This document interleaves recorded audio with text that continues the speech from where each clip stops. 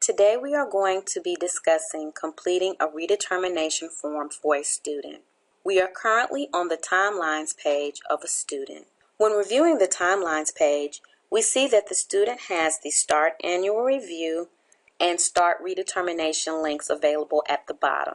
In order to complete the redetermination form, I would select the Start Redetermination link. When I select this link, it takes me to a meeting notice.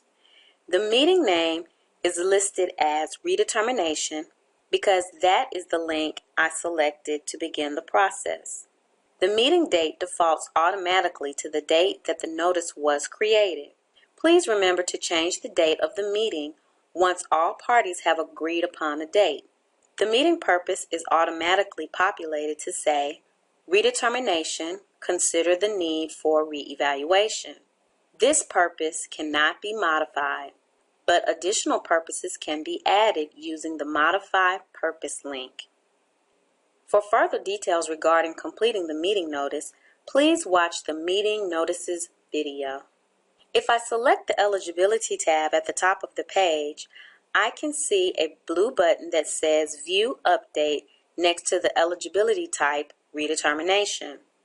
I will select this button to begin working on my redetermination form. When the form opens, I am able to begin entering data into the Student Data section by selecting an area from the drop-down box and clicking the Add Data button. It is very important to remember that the redetermination form is the first step in the reevaluation process. This document should be completed in detail because it is used to update a student's eligibility information. Using statements like see goals and objectives or see psychological report are insufficient. If this document is sent to another school district or state, it should have enough detailed information in the student data section to support the decisions selected in Section 2. My student is currently eligible in two areas, autism and speech-language impairment. When I select my areas from the drop-down box, I am going to select areas that were required for him to become eligible for his current disability areas when he was last evaluated. First, I will select Psychological Evaluation Previously Completed and click Add Data. Information from the student's most recent psychological report should be entered regarding testing done previously. Details regarding current strengths and weaknesses should be entered as well to demonstrate any growth, stagnation, or regression in comparison to information in the previous psychological report. Once you've added your information to the psychological evaluation section, you can add data to the other student data sections. All student data sections are a great place to indicate progress monitoring data from goals and objectives. Additionally, information previously reported on progress reports can be added in these sections. The next sections that I will complete will be the areas of social emotional behavior and speech-language information. In these areas, I will add information regarding the student's current levels of performance, highlighting any growth, stagnation, or regression. I have completed the 3 student data sections related to his eligibility areas. In Go IEP, you are required to complete at least 3 areas in the student data section. For best practices, we recommend completing as many sections as possible in order to provide a detailed report of the student's current progress. Next, I will move to the recommendations section. In this section, there are 2 options. Go IEP will only allow users to pick one option or the other.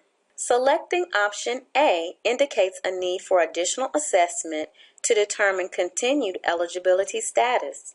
To facilitate in the evaluation process, the IEP committee is then able to select areas of concern for the student. The selection of option B indicates that no additional data is needed to determine if the student continued to meet eligibility requirements for the eligibility areas listed. The only eligibility areas that will show up in this section are the areas the student is currently eligible for when the meeting was initiated. Below Section 2, additional options are available for optional assessments that are sometimes completed by school districts. By checking one of the options in this section, the committee is stating that these evaluations will be completed for specific purposes not related to continued eligibility for special education services. If none of the optional assessments are selected, these options will not appear on the printed document that is given to the parent. Now that all areas have been completed, I will save my redetermination. I have gotten my message that says the redetermination was successfully saved. Now I will audit my redetermination. My audit was successful, and now I am given the option to enter meeting notes. Meeting notes are optional. However, we recommend as a best practice that notes are taken when there is information that would be helpful in the future regarding special circumstances. Next, you select the team members that attended the meeting, and you select the forms that were provided to the parent. In this meeting, we will say that we provided the parent with parental rights and the redetermination form. Please note that if the final decision of the committee on the redetermination form was to do testing, the committee would go to the top of the page and print the consent to reevaluate form and ask the parent to sign it. This gives the committee consent to complete the evaluation. If the committee agreed to complete any of the optional assessments, the committee would print the consent for other assessment form and ask the parent to sign it. However, in this example, we said that the student remained eligible because we had adequate data to support continued eligibility. Therefore, we do not need a consent form.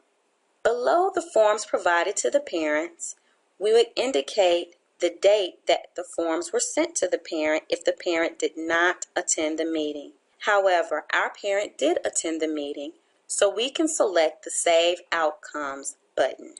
Once you get your green message that says meeting outcomes and forms provided to the parents were saved successfully, we can select the option that says Finalize Redetermination. When we select the Finalize Redetermination option, we get a pop-up box. Please read all messages that open when you're completing forms in Go IEP. This message says, any edits that need to be made by any team member must be completed prior to finalizing. A team member will not be able to edit once the redetermination is finalized. Are you sure you are ready to finalize? I am going to select Yes. Then I will select Save. I now have a message that says that my eligibility was finalized on 9/9/2014, and it has the case manager's name listed. If I return to the eligibility tab, I will see that my redetermination is listed and shown as active. My eligibility date of 9/9/2014 is showing, and my lapse date of 9/9/2017 is showing. If I return to the timelines page, I now see that I have 1,095 days before my next reevaluation is required, and my Start Redetermination link is listed, and the date of my most recent reevaluation is showing. This completes our discussion of completing a redetermination form.